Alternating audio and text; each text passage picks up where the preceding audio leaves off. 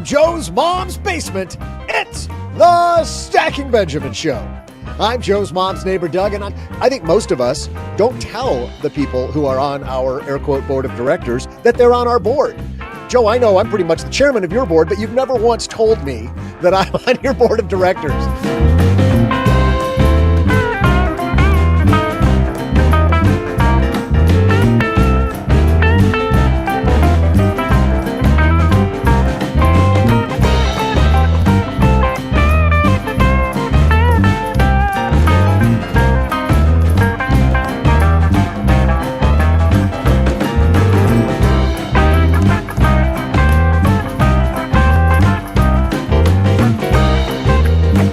There's a lot of moving parts and a lot of moving pieces that are going on when it comes to retirement. You've got your required distributions, which have changed over the last 5 years from 70.5 to 73. They're changing to 75. There are some years in there where they weren't required because everybody was sick.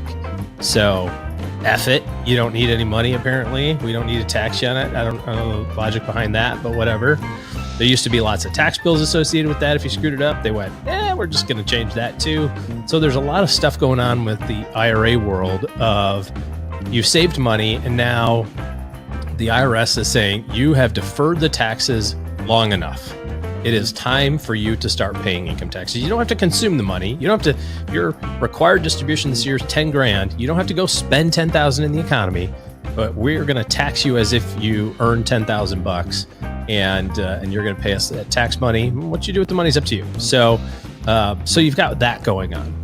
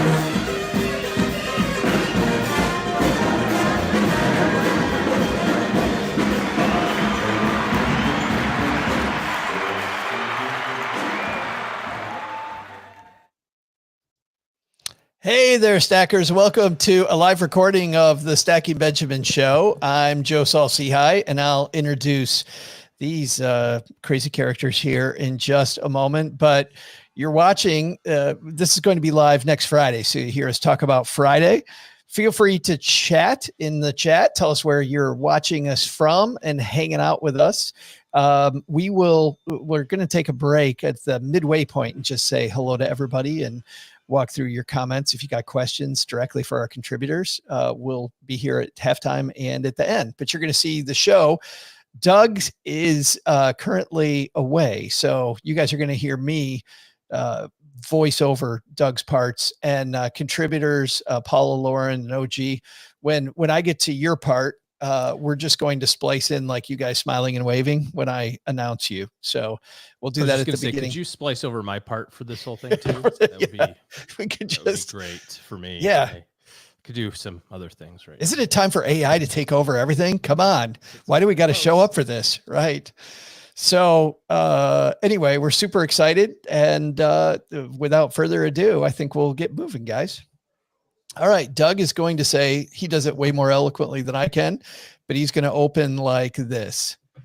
Live from the YouTuber, it's the Stacking Benjamin Show. I'm Joe's mom's neighbor, Doug, and today's the opening ceremony for the Summer Olympic Games in Paris, which means we're upstaging them with our own party here in Texarkana.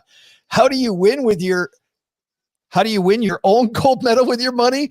We'll walk you through our biggest tips with a woman who knows she's not only a certified financial planner, but also the first American woman to medal in both the Summer and Winter Olympics, Lauryn Williams, and the guy who'd totally be the Olympic champion of podcasters from this podcast. It's OG. And the woman who thinks you can afford to go to any Olympics, but maybe not all the Olympics from Afford Anything, Paula Pant. But that's not all. Halfway through this epic episode, we'll save time for my incredible Olympic-themed trivia contest. And now a guy who's on his way to a gold medal in chomping down peanut butter parfaits. It's Joe Saul-Sehy. Thank you so much, Doug.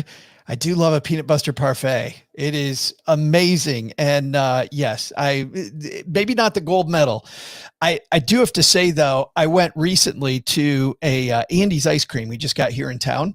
And I walk up to the front window. The woman opens up the window and she says, Texas two-step. And I said, yeah, that's what I was going to order. How did you know? And she goes, because what you always order. And then I realized the woman at Andy's freaking knows me. That is not good when the ice cream seller knows your order by name. Maybe I'm a little closer to the gold medal than I want to be. But let's say hi to our gold medal panelists who are with us today. First of all, the guy right across the card table from me, Mr. OG is here. How are you, man? Fantastico. Excited for the for the Olympic ceremonies. Those are always fun to watch. And I appreciate it being, a little closer to home.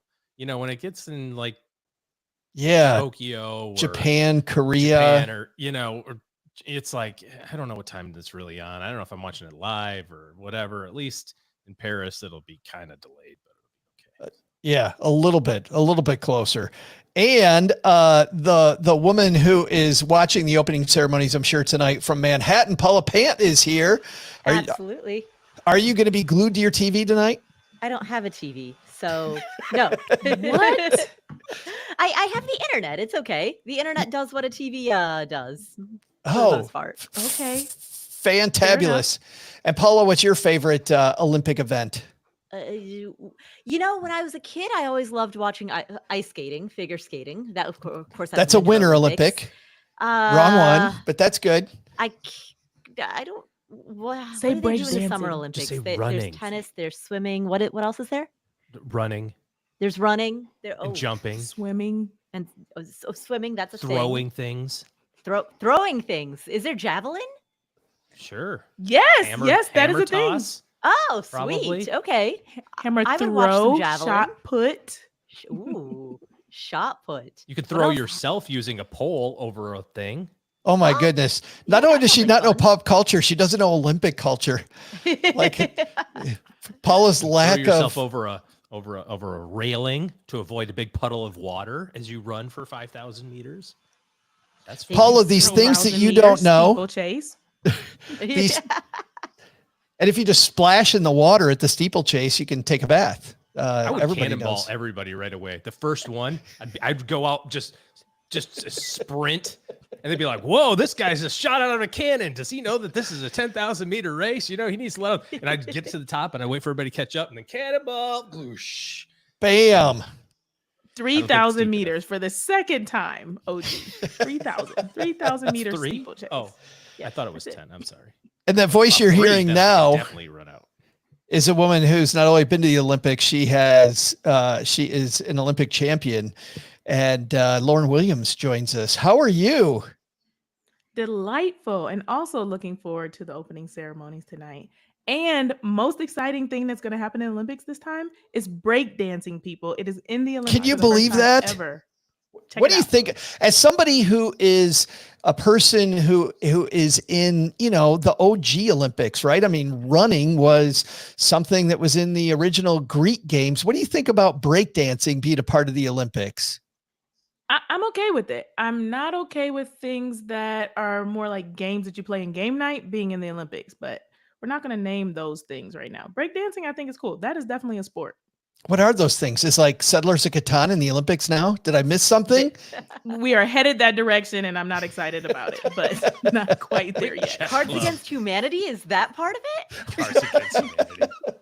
Wouldn't that be fantastic? So Lauryn, I know that not only have you been there, and I'm going to ask you a little bit about that, but I think you might have your medals somewhere where people joining us on YouTube might be able to see your medals. Where you must keep your medals like in a display case, like someplace where everybody can see them. I feel like you just love to call me out on this. You guys got to go back to episode, I don't know what number, and figure out where my medals were then. But it's always my favorite thing, everybody. This is where they are. They're in like a shopping bag. Economic bags. Yeah, like it's great. Like just get them out of here. Okay, we've got medals. Yes. Check that out. For people not with us. Oh, that's beautiful. Scoreboard. Gold. There we go. Sorry if you can't see. You're only listening. Lauryn, which event is that in? The gold. That was the 4x1 relay. This is silver in the Winter Olympics for bobsled, not ice skating, Paula. Wow. And then to your point, my very first games was in the origination place of the Olympics, Athens, Greece, where I won the silver medal in the 100 meters. That is so badass. That's great. I want to ask you about being on those podiums in just a second, but before that, let's talk about the opening ceremonies for a second. You know, sometimes athletes walk with their country. Other times, like your event is coming up right away. Did you get to walk out in the opening ceremony? Were you actually a part of it? I did get to walk, I think it was the very first time in Athens. And then I did not walk in the next 3 games because of what you just said. It's a lot of standing, a lot of hurry up, a lot of wait. And so we missed the opening ceremonies, even though it's the coolest thing for spectators to watch. It is a quite a bit of an affair for an athlete, especially when you're getting ready to compete. But the first one was pretty cool. Yeah. So you're waiting there around with tons of other athletes. Put us there, like what we're going to see tonight from an athlete's perspective. When you come out and you walk out into that arena, what's that like? It is one of those things that you can't put words to. It's like, I am in the Olympic Stadium. I am at the Olympic Games. I am going to compete here. I earned a spot in this particular place and time, and no one can take that away from me. And it's like this one moment where you really realize, like, hey, I did a pretty cool thing that only 1% of the world has done. I think probably less than 1% of the world if we're talking real numbers. Oh, yeah. But, yeah. 0.01% of the world. Absolutely. We hear about athletes and fraternizing at the games. Some true love happens at the games. Did you witness any of that? I did not witness any of that, nor did I participate in any of the fraternizing at all. I was a Girl Scout at the Olympic Games, very focused on winning my medals. She knows the microphone's There may or on. may not have been bowls of condoms laying around the Olympic Village, though. That is a real thing that happened. That is a real thing. Mm-hmm. Wow. And then were you there any of the years that they had like McDonald's sitting around? I think that is still a thing, yes, and very much the official food of the Olympic Games. And if you've eaten in the cafeteria of the Olympic Village, you'd see why there's a McDonald's and why athletes depend on that. I have not eaten McDonald's since I was 8, so did not win any Olympic Games because of them. Not sponsored by Mickey D's. I was going to say the Royale with cheese. Right. Nothing says training plan more than large fries and a Shamrock Shake. Right. And high cholesterol and high blood pressure. And hey, let's not go there though. Well, what a great night. And when you watch tonight, I mean, is it at all mixed emotions, or is it glad I did it? Is it tell me what you're going to feel tonight. I think I'm past the point of the mixed emotions. I think the first games that I didn't compete in, I was like, man, I could probably still be doing this. And then the second time was like, I could maybe still be doing this. And now I'm like, oh, have at it, you young whippersnappers. I am so proud of you. Go ahead. So, well, tonight nice we're going to see the changing of the guard. Tonight, we're going to talk more about what you do now, which is help people with their money. We are going to help our stackers win the gold medal with your money. So each of you have thought of a few things that are baseline to helping people with their money. And you know what the best part of this whole discussion is going to be, Lauryn? Clearly, the gold medal piece of this entire chat. What is that? It's the fact that this episode's brought to you by State Farm. That's it. Oh, yeah. absolutely. If you're a small business owner, it isn't just your business, it's your life. Whatever your business might be, you want someone who understands. That's where State Farm Small Business Insurance comes in. State Farm agents, they're small business owners too, and know what it takes to help you prioritize your policies for your small business needs. Like a good neighbor, State Farm is there. Talk to your local agent today. We have a few other sponsors that make this free for everybody. We're going to hear one more right now, and then we're going to talk Olympics and your money. 3, 2, 1. We got Lauryn Williams here. We got Paula Pant. We've got OG. Let's get this party started. Usually we begin these episodes by talking about a popular blogger, but we don't need one tonight. We've got obviously enough inspiration with all these athletes that we're going to be seeing over the next few weeks competing. And I have to tell you, I enjoy a good workout like the next person, but I know the next 3 weeks, it's easier than ever to work out because I'm just out there, going 2 miles an hour thinking, yeah, if they can do it, I can do it. You know what? Yeah, well, maybe not hang, but it certainly is it makes it a little easier to do the 3 mile trudge. But a lot of us are dreaming about, going from just doing okay with our money to maybe winning the gold medal with our money. So Lauryn, let's start with you. What is really foundational to help us get that gold medal with our money? What's the first thing we maybe should think about? In true Olympic status or Olympic mindset, you asked me to come with 2 things and I came with 6. So now I'm trying to decide which thing should I tell people about as the most important thing. You can tell how she reached the Olympics overachiever. We said 2, she brought 6. I'm thinking that optimism or confidence and optimism is a very important piece of the puzzle, because a lot of times people go and they're like, all right, I'm going to be a millionaire. I'm going to do this thing. They just set a goal and they don't actually think that they can achieve the goal, and they get worn out pretty quickly. I think from an Olympic mindset standpoint, yes, I did a lot of training. I did a lot of competing, getting myself ready to be on the line. But I had to show up to that line believing that I could win, that I was actually going to be the first person to the finish line in order to be able to achieve what I did. And I think that is a piece of the puzzle that some people are missing out on. They don't actually think that they can retire, that they can hit that $1 million net worth, that they can, fill in the blank with that financial goal. You have to have confidence and optimism in order to be able to pursue your financial dreams. Well, I love that, Lauryn, because I remember when I, would get hired when I was a financial planner, and you guys know this, OG knows this. People are so excited for the first 10 days, 20 days, 30 days, and then real life sets in, right? And all these forces are attacking what you tried to set up, and you go through some dark days. I'll bet when you were training for the Olympics and your whole career, there had to have been some dark days out there that you got to get through that you can't get through without optimism. Exactly. You're sore, you're tired, you're injured, you didn't win the last race. That does not put you out of being in the championship. Not until you get to the USA trials where you need to be top 3 is it over. That's when the fat lady sings and you're either in or you're out. But there's a lot that happens before that makes you want to quit, makes you want to give up, makes you not feeling super optimistic. But you got to really believe and have confidence in yourself and your ability to be able to do it in order to get where you want to go. So just because the woman at Andy's knows my name does not mean that I'm out. I could still do it. You could still gain a lot of weight eating ice cream. Yes. That is doable. I have a can-do attitude. Paula, how is optimism and confidence help you get to where you're at? Oh, I mean, it's the foundation of everything. It's paramount. Because if you don't believe if you don't genuinely believe that all of your effort could yield this result that you ultimately want, then you're never going to put forth that effort to begin with, right? Like if you think of a triangle, there's your thoughts, your behaviors, there's thought, feeling, and behavior, right? Thought, feeling, behavior. And if you don't have the thoughts and feelings, then that behavior angle of the triangle just doesn't come forth. And if the behavior part doesn't come forth, then it's lost. Well, how do you get through the downturn? I mean, is it mantras? Is it belief? Is it surrounding yourself with the right people? What do you do?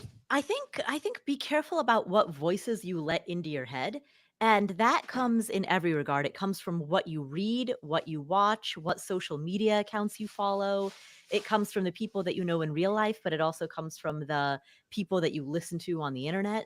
You've got to listen to optimistic voices, optimistic, confident voices that build you up and that tell you you can do it and that give you hope, rather than, discourage you and tear you down, and that rather than the pessimistic ones. Yeah, I've had some people in my life that I've had to limit my time around because I've realized that when I'm around them, I come out of those conversations less confident. And I need the confidence. Like, don't get me wrong, they're still friends of mine. I just don't want to hang out with them as much because it just erodes my confidence being around these people. Because I feel like they question everything I do. And don't get me wrong, sometimes it's good to have people question you. I got to imagine, Lauryn, like when you were prepping, it was some great coaches that helped you get there too. Ooh, I mean, it's not my turn, but I'd love to go again. Point number 2 is being coachable. Like I told you, I got 6. I was not even looking for number 2. It was a continuation number 1, but that totally is, isn't it? It is so important to have the right people around you, the right team of people, and to be able to listen to what that person what the coach is saying. So I feel like the coach is invaluable as the person that gets like the thankless job. They never really get the credit. I get all the credit as the Olympian, I get to show the medals and everything, but I could not have done it without a coach. But I also needed to be coachable and listen to what she was saying. Boy, OG, you and I have talked about what Lauryn's saying here so many times. And I think it's your phrase where you're like, listen, don't get mad at me. It's math. Like, I'm just showing you the math to get where you want to go. Yeah. I mean, I think when it comes to financial planning or goal attainment, there's the benefit of the fact that you can just do the equation, right? You can just sit down and calculate all that stuff out, but there's so much more around the human behavior part of it, as both Lauryn and Paul were talking about, in terms of, picking yourself up. And I think all of this boils down to, as I hear that both of them talk, I think about this as enjoying the process. It's really just, it's not about, I mean, it's fun to win the medal, I guess. I've never won a medal in my life for anything, I don't think. But it's not about the achievement. It's about the process of the achievement. And when we're thinking about it, like when it comes to financial planning or financial independence or whatever you want to think, whatever you want to talk about here, it's not about getting to $1 million. I mean, that's awesome, but so what if along the way it was sucky and you had a really bad experience and you don't have any friends and you never did anything cool and now you just got a bunch of money? Like, what's that worth? I would rather have $900,000 and a ton of experiences and a ton of connection. So a lot of it is not hyper optimizing every single solitary thing, but rather, just looking at it as a journey. And then when you do get to the million, recognize that that's just a new level. There's a great book by George Leonard called Mastery, and it's an old book now, but it's all about enjoying the plateaus, because, we go through life and we have all these periods of time where like nothing's going on. Business isn't growing the way we want it to, our financial plan's not growing the way we want to, our income's not doing what we think it should be doing. Then all of a sudden this big spike happens and it's like, oh, that's the cool part. Well, the cool part has to be in the process and in the systems and like doing the thing over and over again.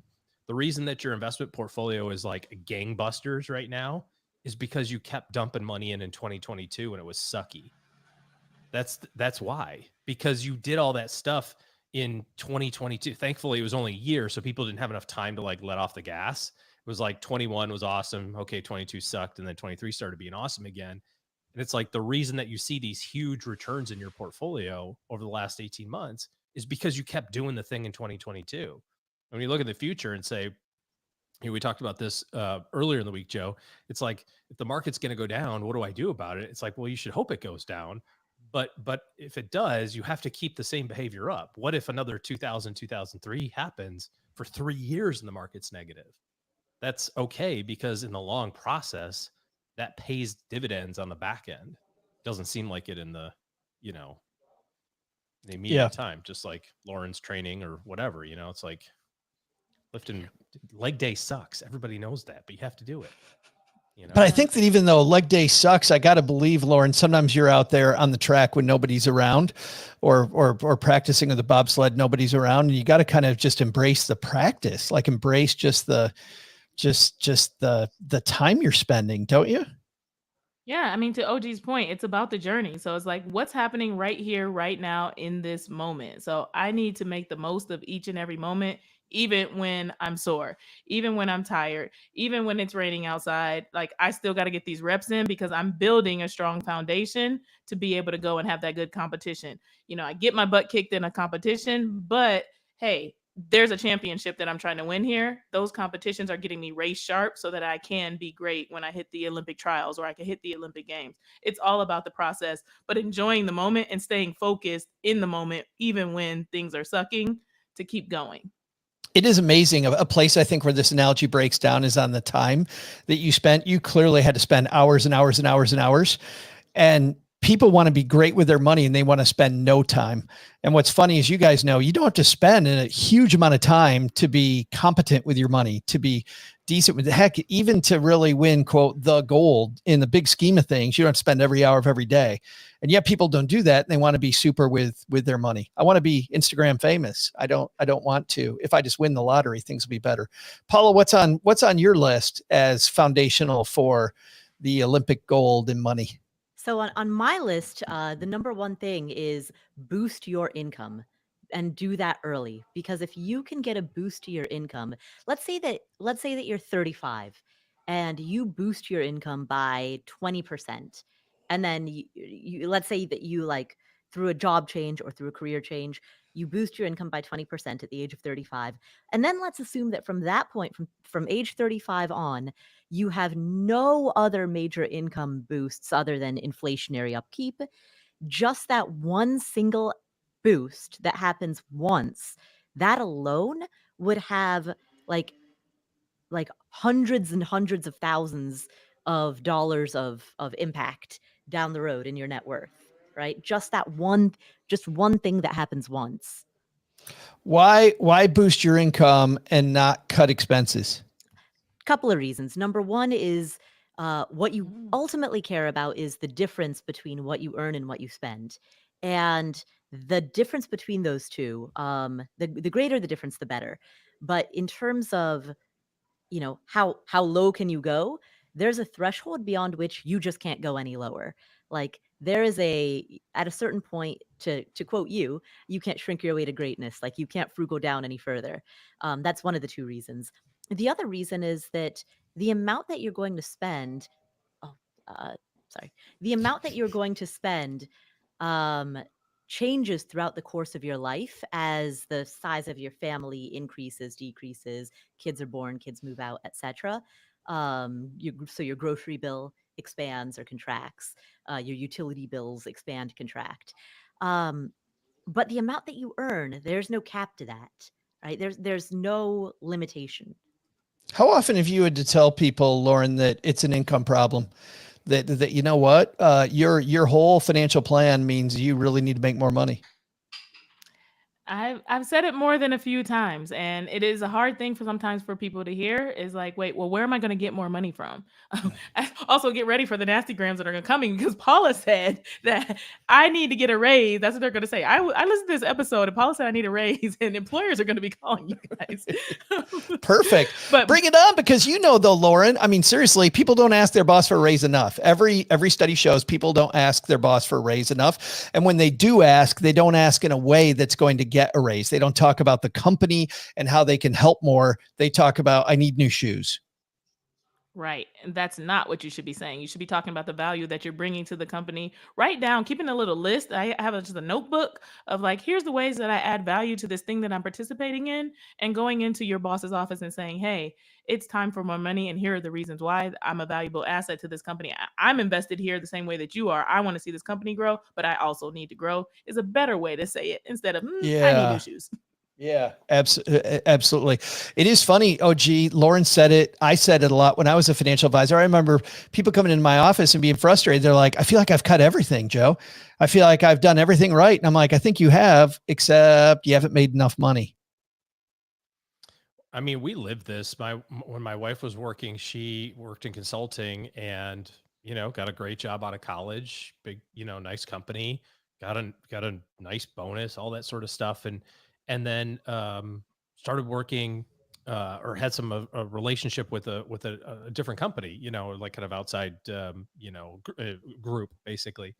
And I said, well, you should ask and see what they're, if they have any opportunities, and the difference between, like Paula said, I think it was probably, I can't remember the exact numbers now because it's been a while, but I feel like it was north of 20%, the difference. It was a lateral move. It was from company A to company B, and it was at least a 20% increase in terms of compensation. Doing the same work. Same job. A year later, she didn't like it. She didn't like the team. She didn't like the company. She went back to her old boss and said, kind of hat in hand, I'm not really happy over there. And he was like, cool, come back. And oh, by the way, if it was just about money, you should have asked. I'd have just given you the extra money. And it's like, so it's like kind of both of what y'all are talking about. Like it manifested itself in our lives. It's a lot as an employer, it's a lot harder to recruit and train new people into the culture and into the society that we try to build as an organization, let alone the technical competence that's required to do a specific job. You can test for that or screen for being a good financial planner to some level, but then it's hard to test to see whether or not you fit in the culture. And if you've got somebody that's there, it's easier for us to say, like, I'll just give you more money than trying to find somebody different. Especially if, like you guys were both talking about, you show up with a list of like, here's the value that I can add or that I have been adding to the organization, and here's how I see my role in the future. So I think Paula said it best. There's no limit to your income. You can blue sky cut a lot of you can cut a lot of stuff, but then there's some stuff you can't. I mean, yeah, Dave Ramsey says, oh, you can sell your house and move to a small. Yeah, you can. I mean, but that's not like a quick fix, right? That's not you got to change school districts and, friend groups. And like, it's not that simple just to pull the Band-Aid off like that to go, I'm going to change my housing. It's like, you got a mortgage. You just do now, so it's easier to, That's why it's easier, OG, too, to get on the gold medal track early, because to some degree we get bougier as we get older. Like I get used to my house. I get used to my car. I get used to my lifestyle. When you see these people in their 30s and in their 40s and they're told to cut some of these things that are, they identify with these things in their life, it's so difficult to do. And man, if you start off on that path that I'm used to living in a tent and then everything brings you joy beyond the tent is a great place to be. But I love this progression because I think it does start with optimism and confidence and being coachable, and then looking, how do I increase my income as quickly as possible? OG, let's layer the next one on. What's your first foundational piece? I was just making stuff up here. I didn't know there was like a theme that I was supposed to follow. It would be a lot more helpful to know the whole storyline in advance. I'll see if I can episode. I'll hope I can like just take what I was going to say and just fold it into the whole dialogue so far. I've got two. I'm just going to say this one, like, basically, it kind of talking about coaching and enjoying the process. Try to figure out 1% to be better at than you were last month or 6 months ago or whatever the case may be. And I'm thinking about this from a money standpoint. If you've got credit card debt and interest rates freaking 30% or whatever, like call and see if you can get it to be 25%. See if you can find a way to make that a lower number. If you're paying $300 a month on your student loan and you want to pay it off, see if there's a way you can pay, hold your breath, $303. I did the math on the fly. It's always a risk on live TV to do math, but I think I got it right. It's like that little bit, saving 1% extra in your 401k and increasing it like that every 6 months, or adding 1% to your savings account or 1% return to your savings account. Interest rates have been high for 2 years. If you don't have a freaking 5% savings account at this point, I don't know what to tell you. Like, it's going to start going the other way pretty soon. So, the ship kind of sailed there. But if you can find a little bit of thing to tweak and do that every so often, I think you have a path for the compounding results of those little bitty changes. I thought Lauryn was going to cut you. By the way, trying to put that in. Well, I thought that. Arc, eh? Yeah, I thought that Lauryn was going to cut you like Caitlin Clark from the team, but maybe, but maybe not. You get to live for another round. Yes, not yet. Well, You're how on the chopping much? block though. You're like, I didn't come to practice prepared, and I'm like, wait, what? We Huh? came to win. All of us came to win today. Yeah, this is OG showed up in sweatpants, and you're like, nah, man. not good. Lauren, how much of it was getting those little things right, getting the little tweaks right? That's the difference between an Olympic athlete and just maybe a star on a college team. It makes a grand difference. In my race, the 100 meters, you win or lose by 0.001 of a second sometimes. And so paying attention to the details is incredibly important, because if you get out of the blocks wrong, if you use the wrong form, if you pop your head up too soon, that's the difference between you winning and you losing. And so you absolutely need to pay attention to the details. Those little things can add up, and they go quite a long way, especially, like you said, when you're in the hot seat and you're trying to figure out, like, the hot seat being maybe retirement. As we talk about money, what happens 20 years down the road matters. What you're doing today, and those little things today will add up to that. That's that compounding interest that we're always talking about, as an example. I'd love to go around and just ask each of you, what's a little thing that might pay big dividends based on the amount of time that it takes? Lauren, do you have one? Were you thinking of one? Ooh. Well, let me give you mine first. I'll give you, I can give you a second if you want, because mine is, and I didn't do it for the last 3 years. And then we just did our book club where we're taking people through Stacked, a group of people through Stacked. And one of the things, one of our homework assignments was to, compare your insurance policies, like we tell people to do every year here on the show. I finally did it for the first time in 3 years. And I think we saved like $400, like not insignificant money for a 30-minute job. Like that was like $800 an hour income. That was pretty good money for a very, very small thing that, I talk about all the time, and I overlooked it. Just stupidity. How about that? Did that buy you time, Lauren? That did buy me time, but I don't know if you're gonna like my answer or not. I'm gonna say it though. It's not quantitative. It is saying no. That goes a long way. That adds up. That's a little thing that it turns into a big deal. Let me give you an example.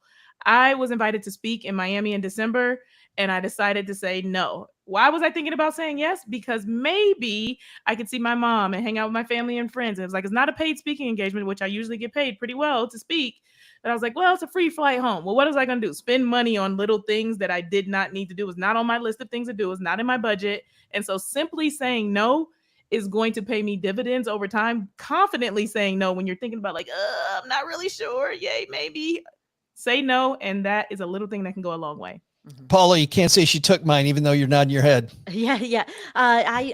So the reason I'm nodding so vigorously is this is something I've been thinking about a lot lately.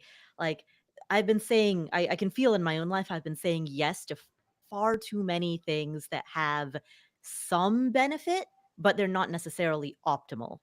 And so speaking engagements, that's a good example.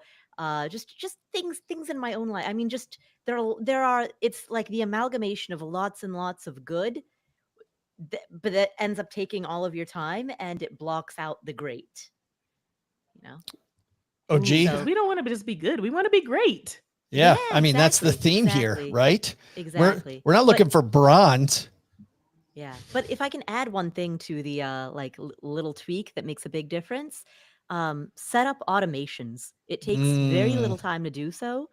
You do it once, and then it just hums in the background.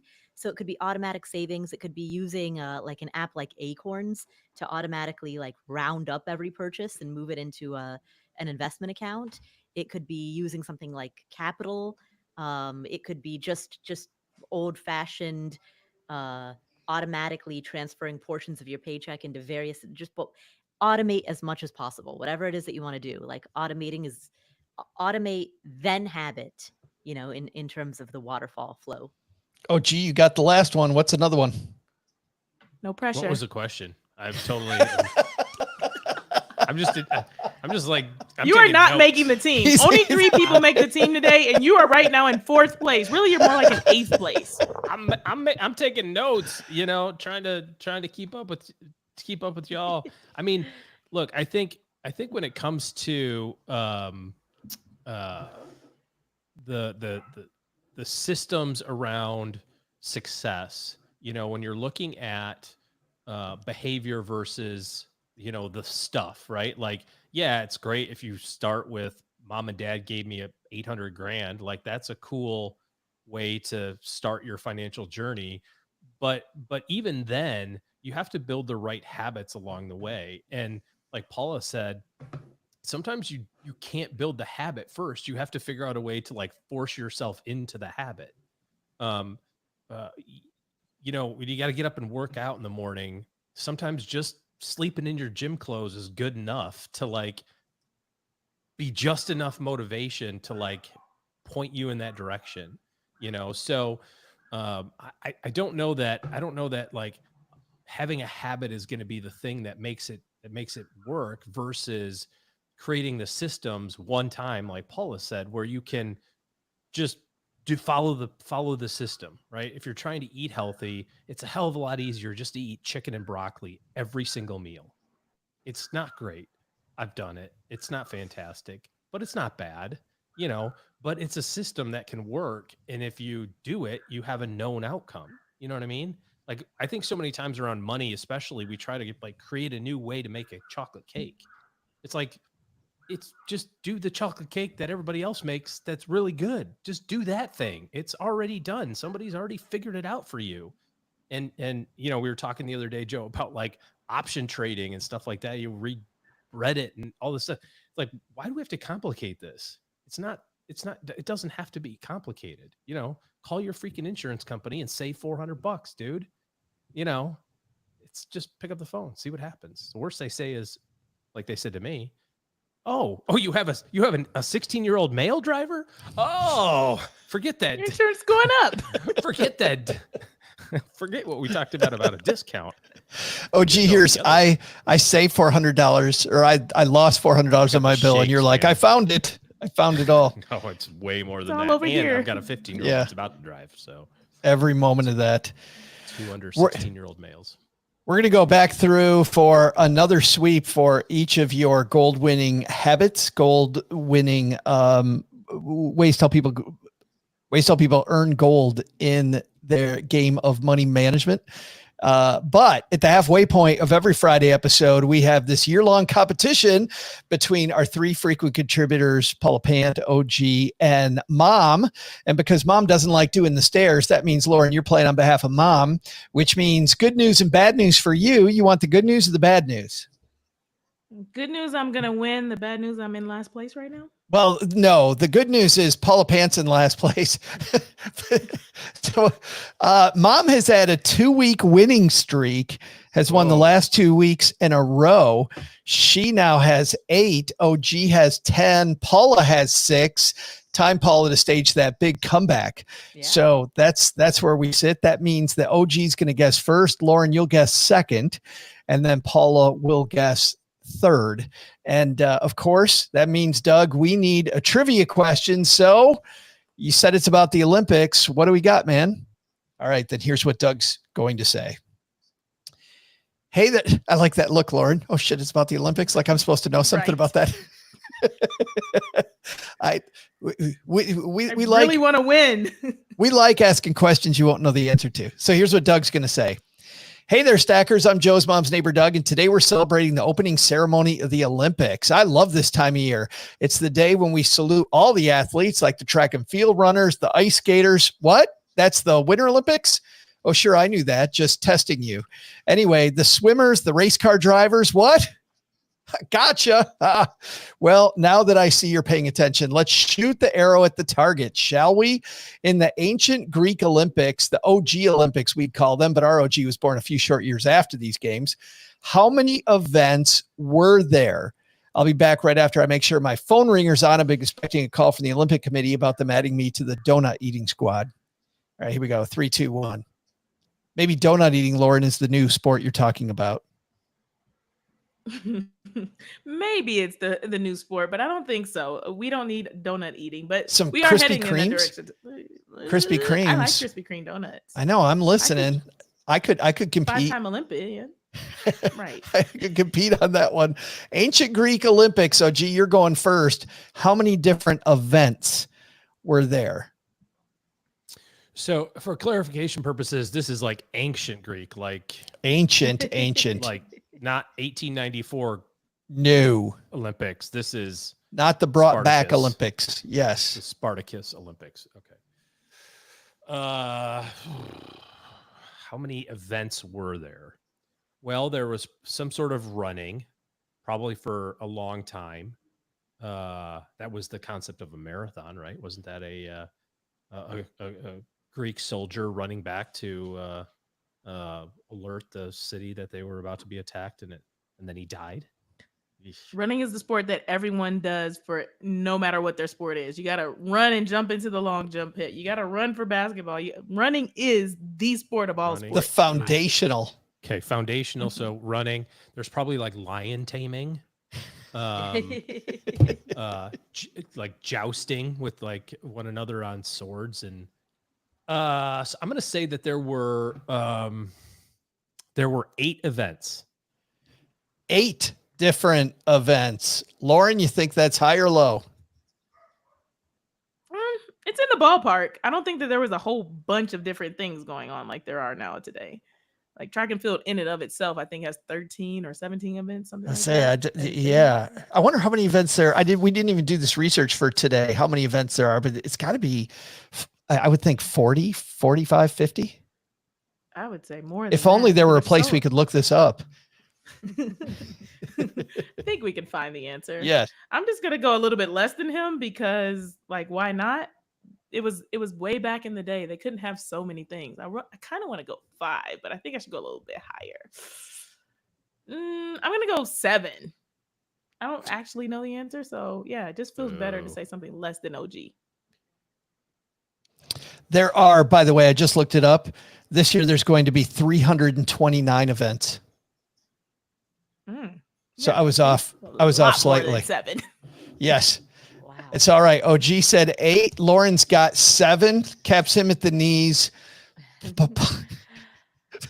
gotta figure a swimmer can Another win 8 medals Nancy in one Kerrigan Olympic. reference. That is a Nancy. Speaking of Olympics, It's the Tanya Summer Harding. Olympics show. Yeah, Yes. exactly. We're going to call her Lauren Harding. Let's see. I also think it's a smaller number. Or there was running, there was archery, there was like, what's the thing where you throw the disc? The Discus. disc throw. Discus. Discus? Sure. Why are there 5 rings in the Olympic logo? Does that Ooh. so maybe 5 represents something? But I will go one above. I will go 6. 5 is the different continents, right? But there's I think 6, there there's were 7 only 5 continents, 6 of which are Yeah. inhabited. Yeah, that math doesn't math. I don't know. No, that doesn't. Yeah. Sorry, South America. Well, you take the 6 that are inhabited, you minus the 1 that is not full-time habited, and then you have 5. So that's how it is. It's still, we're not quite there. Might have to scrub that from the episode. Paula, what did you end up saying? So my answer is 6. My answer is 6. And that's how Lauren gets. If it's not 7, Lauren's in big trouble. We got 6, 7. Paula said 6. Lauren said 7. OG said 8. We will be right back to see who's the winner. Gosh, I feel like it's 5. All right, let's say hello to people hanging out with us. E. Boone is here from Portland. Hey, E. Boone.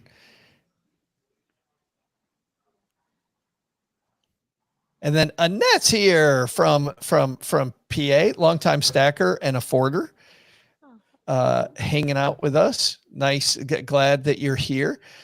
Chris from Heavy Metal Money is here. And Annette says, give companies a junk email so you don't see their sales offers.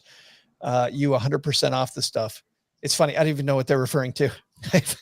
I have no idea, Annette, which part that was. That's the bad news about coming to you at the halfway point. Small thing that you can do to change your life. Give companies. Make a Yes. There we go. Yes. I gotcha. All right. Second half. Here we go. Here, I got something as soon as we come back. 3, 2, 1. OG. So I did, Paula, check the my trusty research assistant, ChatGPT is what I call it. ChatGPT? Is that French? ChatGPT.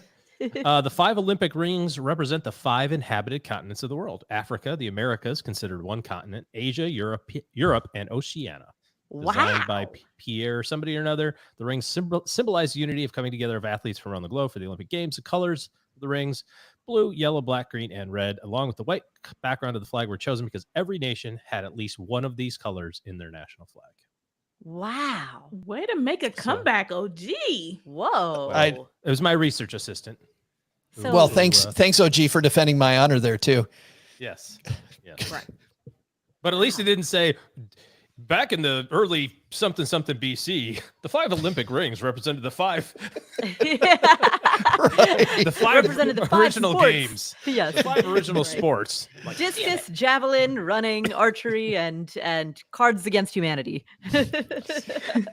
Well, I'm definitely thinking like pentathlon. That's where I was like, 5, but I don't really Oh, wanna say yeah. 5. It seems- OG, you kicked this off by saying 8 events. You feeling good? I mean, it has some symmetry to it, you know. It's definitely not I an don't know. even number. Lauren, I 7. think it's an even number. Okay. 7 seemed good at the time, I think, until Paula, Nancy Kerrigan, you after you got Nancy after you Nancy Kerrigan, OG. I should have been Tanya confident Harding? and optimistic and just went with 5, but it's Yeah, too maybe late now. Tanya I'm Harding. sticking with 7. Yeah, Nancy good point. was the victim, right? I mean, Right. Yeah. Tanya was the attacker. Tanya Okay. People. Then since you Tanya'd, Technically, Jeff Galooly was the attacker. I was gonna good say, it was point. Tanya's people, right? Yeah, Paula Jeff Galooly, how Galooly. you feeling at 6 after you Galooly the Galooly? I Galoolied.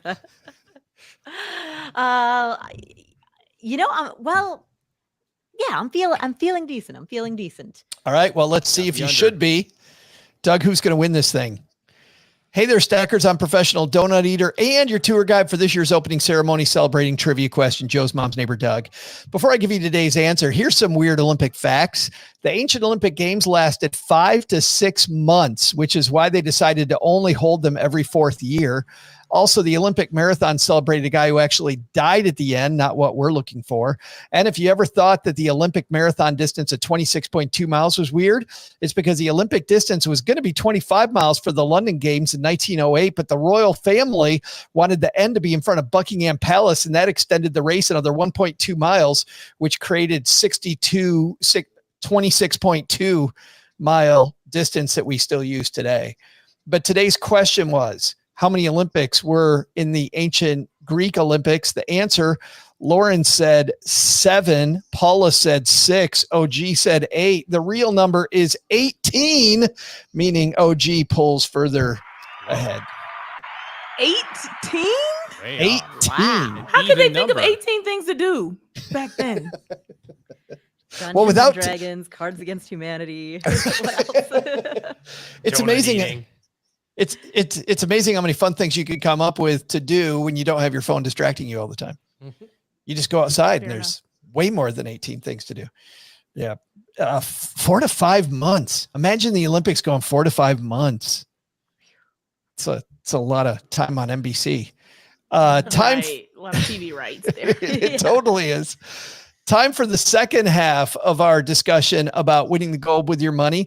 The second half is brought to you by depositaccounts.com. Lauren, you know what happens when you go to depositaccounts.com? You put money in accounts. You absolutely. And you'll find out if it's a brick and mortar bank you're putting money into, it might not be paying very good interest. If you go to depositaccounts.com, right on the front page, it'll share with you the national average on a savings account. National average right now back up to 0.51%, just over 0.5%. You know what, though? If you're in the top 1%, which is still hundreds of banks, 4.96, much higher. Savings account, CDs, checking, money markets, more than 275,000 deposit rates from over 11,000 banks, credit unions, all for free at depositaccounts.com from LendingTree. All right, let's go second time around. We're going to do this one in reverse order. OG, kick off the second half of this. What's another piece to winning the goal with our money? A foundational thing for investing long-term is being an equity investor. This is an overarching theme when it comes to long-term investing. You have to be an owner of companies, not a lender to them. When you have fixed income in your portfolio, bonds, or cash, exclusive of a cash reserve, you have to have an emergency fund. I'm saying from an investment standpoint, you're Tanya hardening yourself. I don't know. I'm trying.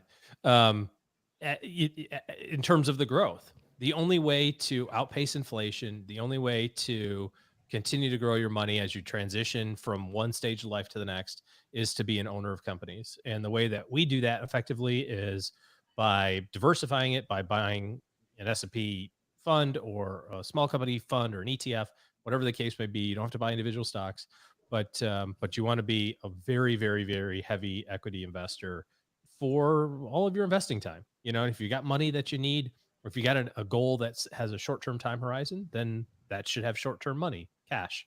If it's long-term money, then it needs to be in long-term money buckets, and that's being an owner of companies. So own your companies, own lots of little parts of lots of big companies. But OG, what some people are saying, they're like, that's too much risk. I mean, that's a ton of risk. What do you say to people that say owning equities is super risky place to be? I think you have to define what risk really is. Risk is a chance of losing your money. What it probably mean is variability, right? It means it's going to bounce around a lot. I've heard the stock market is risky is a phrase that sometimes people say.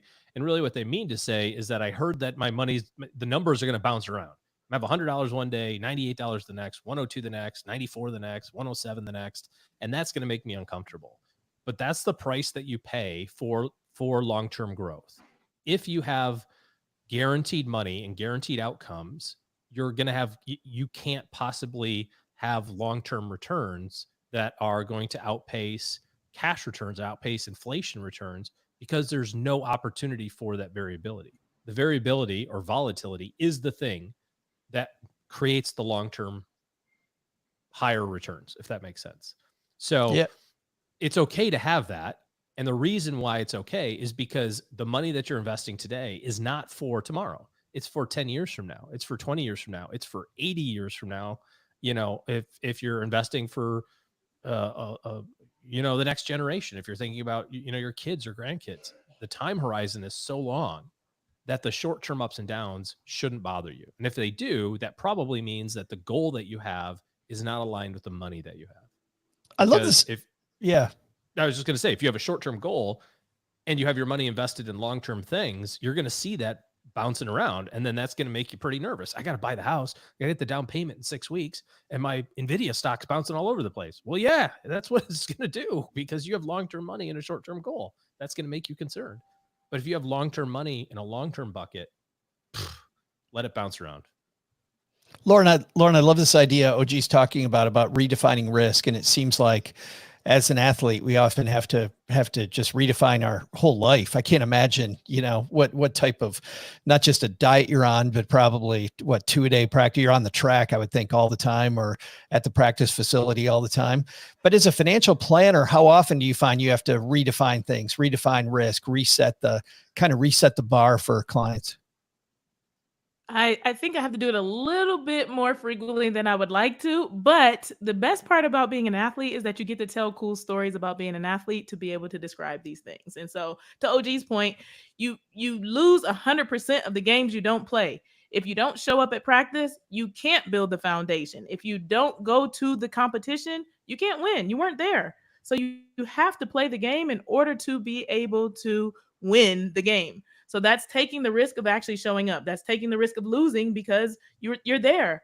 And that's the way that I describe it to clients. Like if we're not willing to play, we can't garner any of the winnings that we're trying to get to retirement, to get to where we want to go. We've got this long-term goal, but how do we get there if we're not willing to take on any risk? Okay, you want to put it all in a savings account? Well, this is how long it's going to take us to get there in that case. You'll be 90 when it's ready to, when you're ready to retire.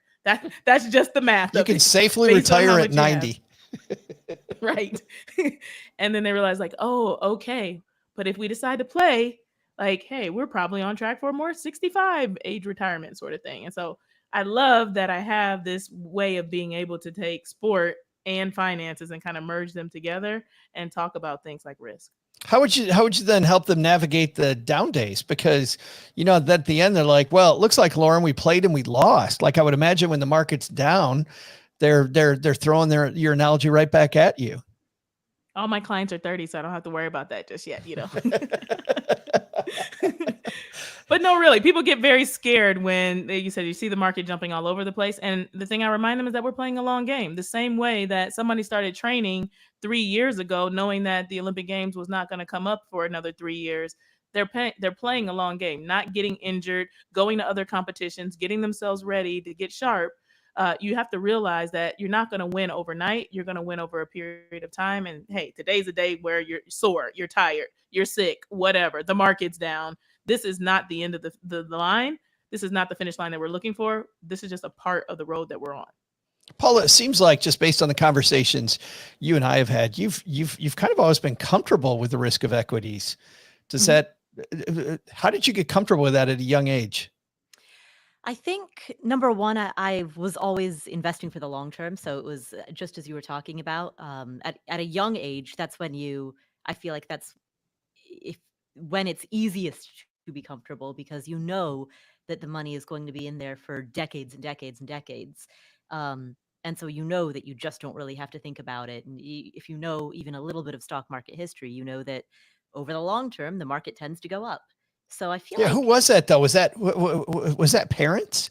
I mean, did parents show you that? Because, my parents didn't really have much stock market exposure. And I remember even in college thinking investing in stocks sounded cool, but I thought of it more like Vegas. Yeah. No, I actually was the one who introduced my dad to stock investing.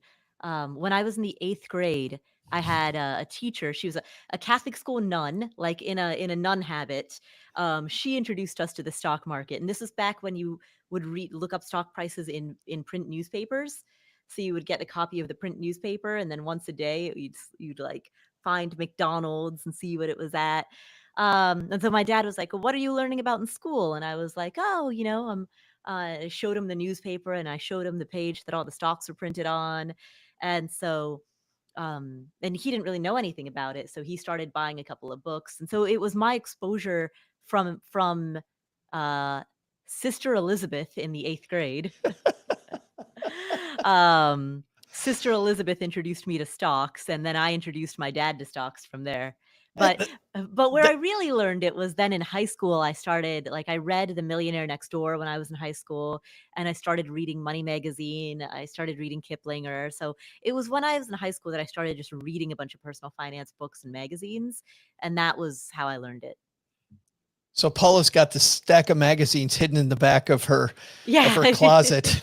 Yeah, exactly. Paula, you read Money Magazine again? You'll go blind. Exactly. Right. Let's stick with you, Paula. What's another foundational piece to winning the goal with your money?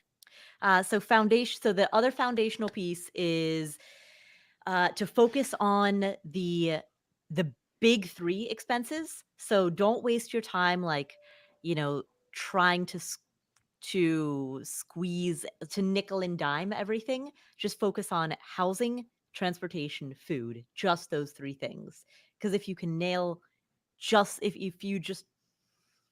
if you get it right in those 3 areas, you can do a lot of things wrong and still be okay. Have you guys, Lauren or OG, if you had a client do that was further along, I talked about getting bougie as you get older, but have you seen somebody just go, we're going to downsize our house for the win, or we're going to get rid of a car for the win? OG, you're nodding. Yeah. But it was overall part of the plan. It was, and this, I've seen this a number of times where kids are grown out of the house. We don't need the big house anymore, the big family house. And a couple of people have sold their homes, taken the proceeds, let it sit in cash, and that's their travel.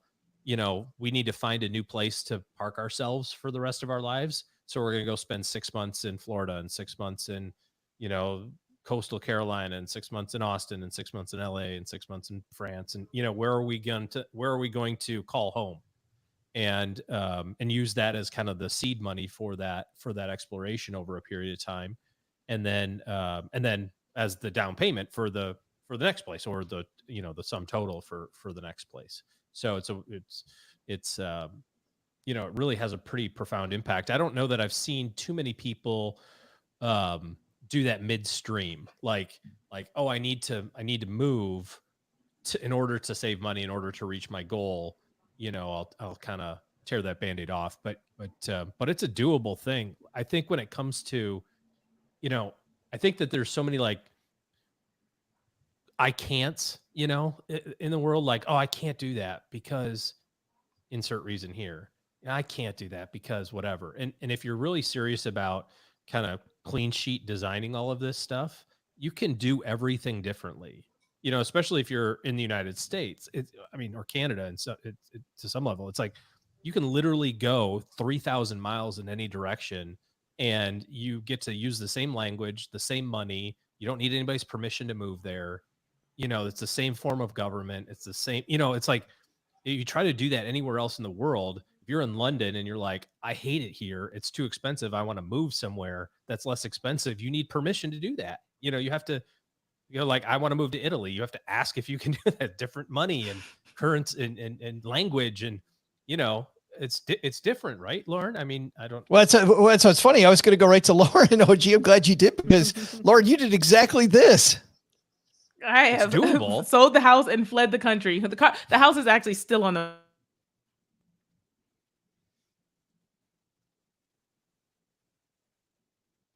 And scene. Shook up. Did you guys lose me? Yeah, we got you back. The recording got you, but you might want to say it again so we know what you said. Yes, you can actually flee Colombia. It is awesome. I love it.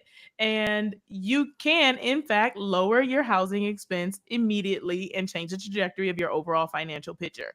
Another piece of this puzzle, though, is that I'm actually a student loan expert. And so what people do with me sometimes is just book a 60-minute call just to talk about their student loans. Well, I have to know other pieces of your finances in order to talk about your student loans, of course. And what is that? Your car, your home payment, et cetera, et cetera. And what I frequently find is that these people are just like so weighed down with the student loan debt that they're not really thinking about the other aspects of their financial pictures. They're not listening to this awesome podcast. So they don't have the financial literacy that everybody else is getting from listening to Stacking Benjamins. And so what happens? They have houses sometimes that are 70% of their income. And it's just like astronomical, the amount that they're paying, and they're drowning. They're like, these student loans are burying me. And it's like, no, the student loans aren't burying you. You bought way too much house. It's that term ongoing finance. I need to try to save their life. And if I'm trying to save their life, I need to tell them the truth. And that truth a lot of times is you need to get out of this house. And so I've said it a lot more times than I thought I would have said during my career. You need to downsize, and this is going to really, really help you from a financial standpoint. And people have done it. Boy, and that's the part about being coachable too. I got to imagine sometimes people aren't going to take that message all that well, and you have to be. And by the way, the cool thing there is, to your point, Lauren, we get so myopic, I guess is the word. We focus in so much on this one aspect, like my student loans. I don't think about all the other things I can change. I'm just thinking about changing this one thing. It's and not if my we going out to eat budget, it's definitely my student loans. Yeah, if we broaden it out, if we broaden the picture out, and sometimes it takes another person to help us do that. Lauryn, you've got the last word here. What's another? I know we've gotten only 2 of yours in. You've got 4 more, but I need the best one before we go. Never fear. I've got a good one for you all. It is the ability to control your anxiety and or your nerves, because as an Olympian, I think that is a true piece of the puzzle of winning. You can do all this training, all this preparation, and you can just work yourself up so bad on the day of, putting so much pressure on yourself that you just completely cave. And we can do the exact same thing with our finances. We get so anxious about the things that we're going through, the things that we're encountering, these little voices that are going in our head, that we actually forget to just say, like, hey, what is it that I'm actually in control of? Let me stop with all the anxiety. Let me get my nerves under control so that I then can go after whatever the financial goal is that I'm trying to pursue. So what does this look like? Sometimes people are like the paycheck to paycheck mode. They're just trying to survive, and they have shame around their finances. They have, different things going on. There's a lack of stability just in their general life. Like, how are they going to pay the rent? How are they going to keep food on the table? Like, if you can just take a moment to pause in the midst of that anxiety and that stress that you're feeling, you can say, like, okay, what is the most important thing that I need to do right now? What's the one thing that I can handle? And just focus on that and let the other parts of the stress and the anxiety fall away. Because taking that pause for just a second and thinking about the one thing could be the difference between you taking on a payday loan or getting a car payment with a double-digit interest rate because you're not in the best financial situation. Pause and say, hey, why am I so stressed? Why am I so anxious? What can I do about it? And then moving forward, I think, is a really good piece of the puzzle, because otherwise you can cave everything in one moment. Believe me, I know, because I race for 11 seconds or less. I'm stressed out. If I'm anxious, if I make a mistake, maybe correction. But if I don't panic and I pause, it assures that I'm able to do the best thing in light of all the things that are happening around me. I think that's actually a great place for us to leave this discussion, because those are fantastic words. How often have we been in that situation? I mean, I've never been on a track in front of millions upon millions of people watching, and I got to take a damn handoff correctly or give a handoff correctly. Like, that is just some stress. But if you can do that on the track, Lauryn, in front of all those people, we can certainly do it with our money. And I think that's a great place to end today. Let's talk about the cool stuff you guys are doing. We'll have our guest of honor go last. OG, what do you got going on this weekend besides watching all the Olympic Games on 24/7 starting today? Starting today. We are headed back up north to Michigan. My kids have their final week of summer break before football camp starts. Wow. A week from Monday. And so we boogied back up north for a little cooler weather. And we're going to enjoy one more week of summer in northern Michigan, and then back to reality in Dallas. There it goes. Yep. Well, thanks for another great week of coaching our Money Olympians, OG. And Paula, thanks also to you for coaching our Money Olympians. What's going on at Afford Anything? So on Afford Anything, I went to the Morningstar Investor Conference in Chicago. Never heard of it. No, I'm exactly. kidding. It's a tiny little upstart.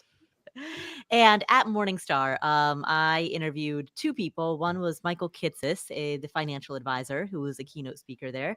And the other is Mir Statman, who's a professor of behavioral finance. And so this week on the Afford Anything podcast is Morningstar Week, where we share the interviews with both Michael Kitces and Mir Statman. Awesome. So Michael Kitces talks a lot about the modern financial landscape, everything from AI. But of course, we talk about NVIDIA. We talk about the rise of the S&P 500. We talk about the current economic landscape. We talk about the changes in car insurance and what to do about all of that. So that's the discussion that he and I have. That's very current economics. Oh, wait a minute. Hold on. A wide-ranging conversation with Michael Kitces, that never happens. I know, right? Exactly. You say hello to that dude, it becomes a wide-ranging conversation. He's a great interview subject in that regard. Yeah.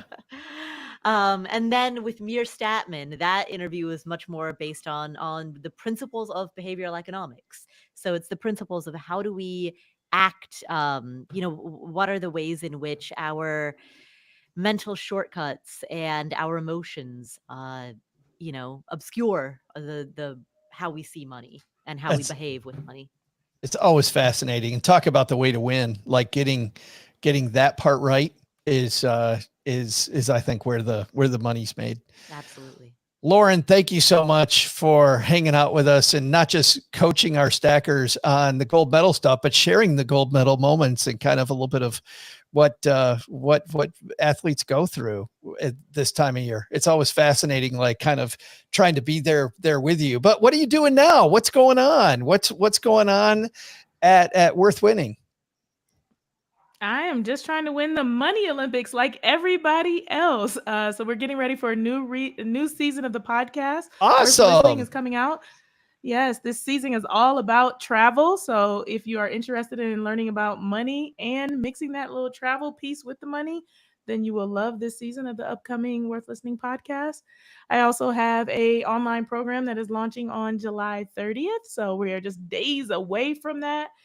It is a 6 week money school where you can learn all the things that we should have learned in school about money and create your own financial plan. And then last but not least, I am working on bringing people to Medellin, Colombia, where I live now, and doing that same money school in person. So you get a little vacation if you like to travel, like I said, and then you also learn money. So you're going to build a financial plan while having a good time. You're outside of your normal environment. And yeah, that's what we're doing. We're doing money outside of the box over here at WorthWinning. I love that. So another season of the podcast and the money coaching, creating your financial plan. And where do we go? We just go to worth-winning.com. That's it. You can find all the information there. Awesome. Well, thanks again. And are you going to be glued to your TV watching Olympic coverage? 100%. I have a favorite athlete this time around. I have a favorite event. I have an event I'm excited about. So breakdancing, I'm excited to see. Favorite athlete, Noah Lyles, track and field athlete, but amazing person. Really excited. And he's kind of one of the headliners of the Olympic Games. And then favorite event, OG, get it right, is the 3,000 steeplechase. I love it because it's like a story unfolding. It's a longer race, but it is very, very interesting, especially because people sometimes go plop in that water like you were talking about. I know. Every time they go across that I don't know if it's, God, I did the event in college. It is a steeple. It's not a hurdle. I was like, the hurdle? I don't know. I did it twice in college. My coach was like, well, my coach tried me out. Turns out that me and hurdles don't get along at all. Yes. The quick answer is no, not at all.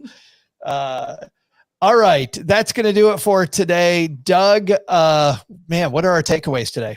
Okay. Here's what we're going to do with Doug not here is that, and Steve, this is for you too.